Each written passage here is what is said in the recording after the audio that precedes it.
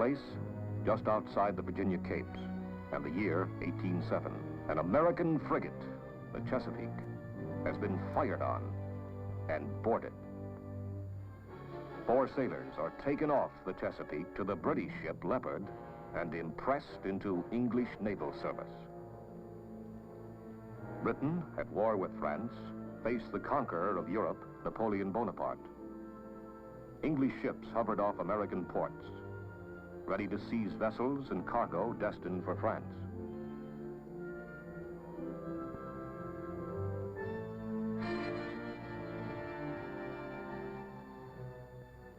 The United States was expanding westward. The Louisiana Purchase in 1803 had doubled the size of the young republic. The Mississippi was now open to its mouth. Down the western rivers went the pioneers. But the British hold on the forts in the Northwest Territory gave them control of the lakes and of the Indians in the area. Naturally, the American frontiersmen wanted the British to get out. Their spokesman in Congress, the War Hawks, clamored for war. But on the eastern seaboard, far removed from frontier problems, there was less enthusiasm for war. In 1807, President Jefferson tried to avoid war by proclaiming an embargo.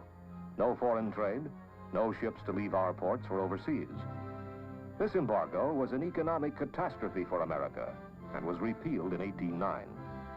During May 1811, occurred another incident off our coast, bringing us closer to war. In a night encounter, the British sloop of war, Little Belt, exchanged shots with the American frigate President. War was declared the following year, 1812, June 18th. American strategy called for raiding hostile seaborne commerce and an offensive to invade and conquer Canada while protecting our own coast and borders from similar enemy action.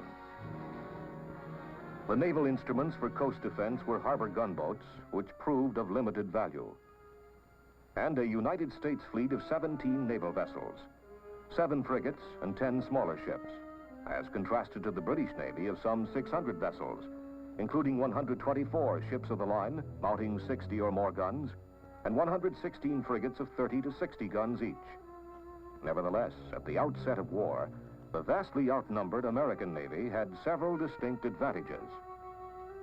First, the bulk of British naval strength was pinned down in European waters, blockading Napoleon. Second, America's frigates, designed by the master naval architect Joshua Humphreys, were larger and heavier gunned than the British frigates.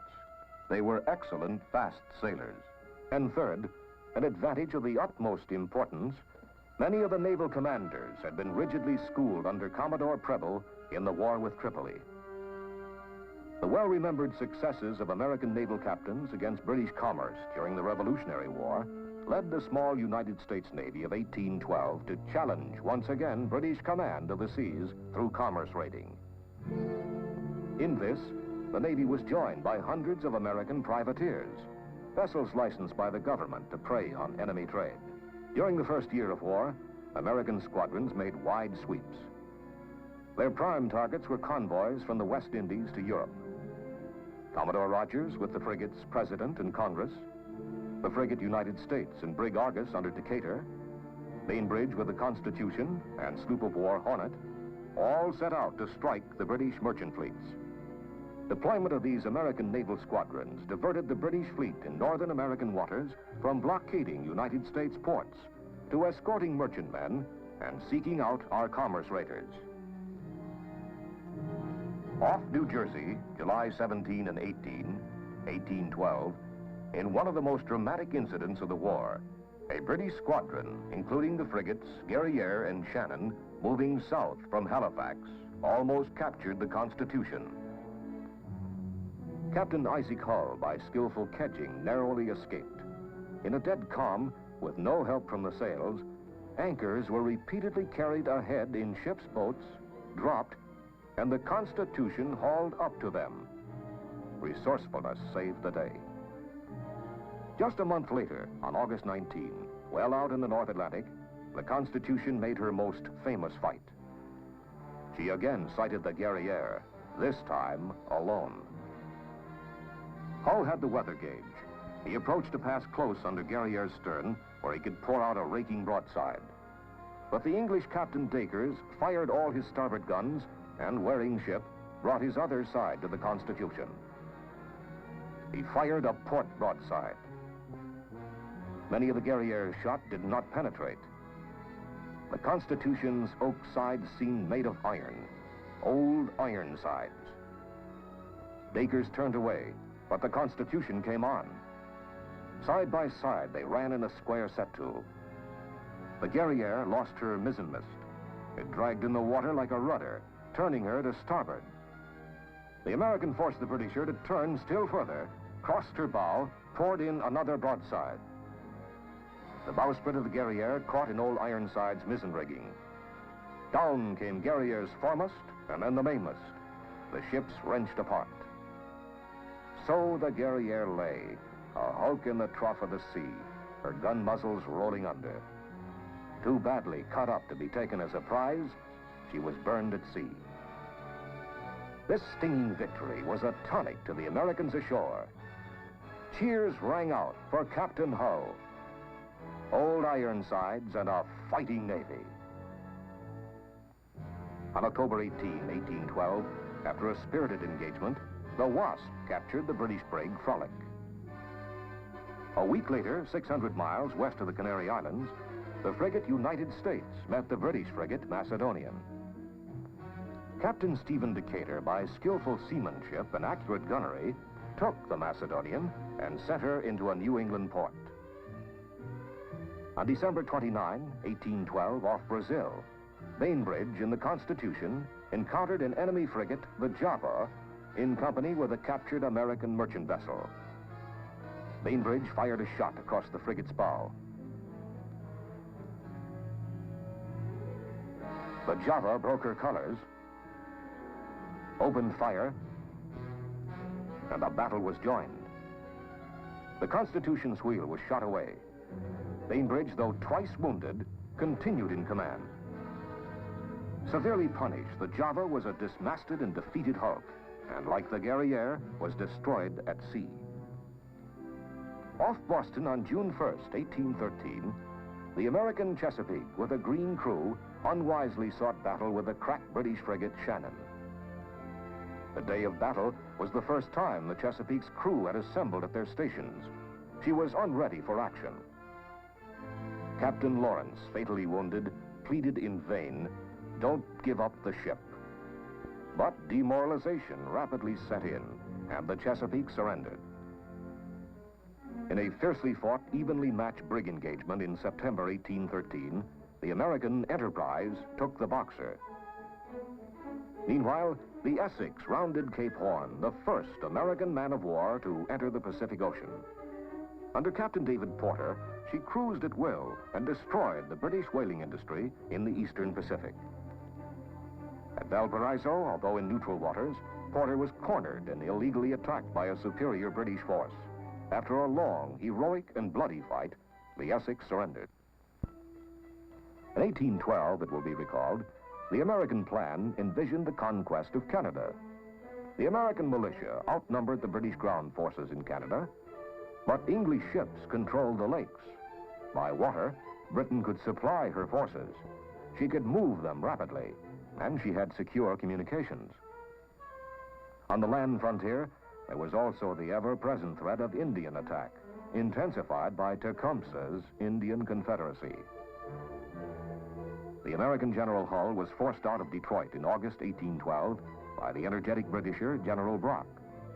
Using his lake craft, Brock repelled attacks by larger American land forces. To contest British control of the lakes, President Madison ordered the building of American warships on these vital arteries. By 1813, Commodore Oliver Hazard Perry had built a fleet on Lake Erie. The British Commodore Barclay had lagged behind in this construction race. At Malden, Barclay waited for the launching of his most powerful ship, the Detroit. Here, he could protect the fort at Detroit and cover British water communications for land operations against the Americans on the Maumee and Sandusky rivers in Ohio. Perry established himself at Put-in-Bay in a position to sever British communications. On September 10, 1813, Barclay came out to fight. The British to leeward were in column. The Americans stood down on them. Each fleet had 2 heavy ships and one of lesser strength to form a central group. Perry flew his flag in the Lawrence, 20 guns. The Detroit, 19 guns, was Barclay's flagship. Perry closed the distance. He was exposed to fire, which he could return only with his forward guns. The Lawrence outran her support. The 3 heaviest British ships poured in converging fire. The American Caledonia closed, but Niagara lagged behind. The Lawrence was crippled. Her deck a shambles, every gun useless, most of her crew killed or wounded. Meanwhile, the wind strengthened. Fresh American units came up. Perry shifted his flag to the Niagara. In his new flagship, Perry returned to action and broke through the enemy line.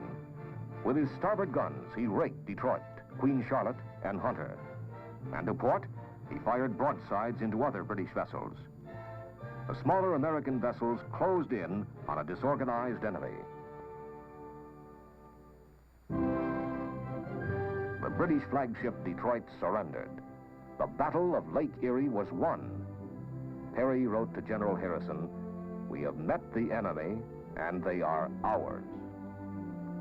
This victory severed British communications in Ohio. Their withdrawal overland was intercepted at the Thames River by American troops brought across the lake by Perry. The battle here, in which Perry led a cavalry charge, was another American triumph, putting all territory north and west of northern Ohio under friendly control. As pressure of the Napoleonic Wars eased, naval strength was released from Europe, and Britain tightly blockaded the American coast. Prices soared. Commerce was almost at a standstill. Coastwise freight moved only by wagon. By 1814, British armies composed largely of veterans from European campaigns were sent to America. The United States was to be invaded from the north and from the south. And as a diversion, cities on the seaboard were to be raided and laid waste. The capital city of Washington was selected. At Bladensburg on the District of Columbia line, the British marauders were met by several thousand raw and demoralized militia. The one stout stand was by Commodore Barney's handful of sailors and Marines. Barney's position was overrun. The British entered Washington, burned the Navy Yard, the Capitol, the White House, then retired. The next city scheduled for the torch was Baltimore.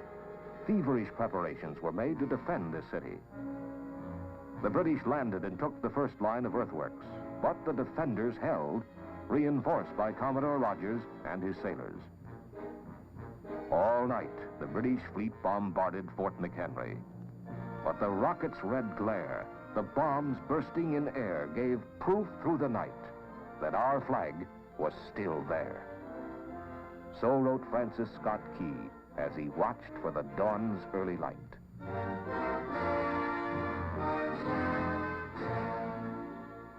The invasion from the north by 12,000 seasoned troops was led in person by the Governor-General of Canada, Sir George Prevost.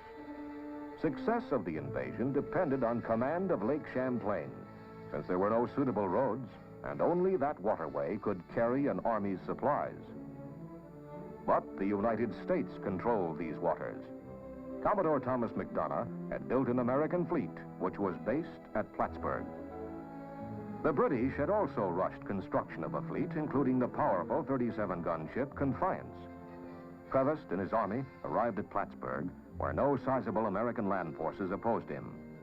Early in the morning of September 11, 1814, the British squadron sailed to engage McDonough. The American fleet waited in the bay under Cumberland Head in careful formation, ready for action. McDonough had chosen his position well. The British fleet had to approach the American column with their bows presented and open to the dreaded raking fire. The British Commodore Downey had 4 strong ships: Confiance, Linnet, Finch, and Chubb, plus gunboats. The Confiance was scarcely ready for action. Shipwrights had just left her. The crew had just reported aboard. Another example of an unready vessel. Downey knew that the two strongest American vessels were on the windward or northern end of the column and decided to concentrate 3 ships against them. The Linnet and the Chubb were to engage the Eagle, while the Confiance was to anchor athwart the bow of the American flagship Saratoga. The Finch and gunboats were to attack the American rear, the Ticonderoga, Preble, and the galleys. But fortune was with McDonough. The wind failed the Confiance. Forced to anchor, she was fired on by the entire American column. In return, the Confiance fired her first broadside, and the Saratoga lost 1/5 of her crew. Aboard the Confiance, Downey was killed.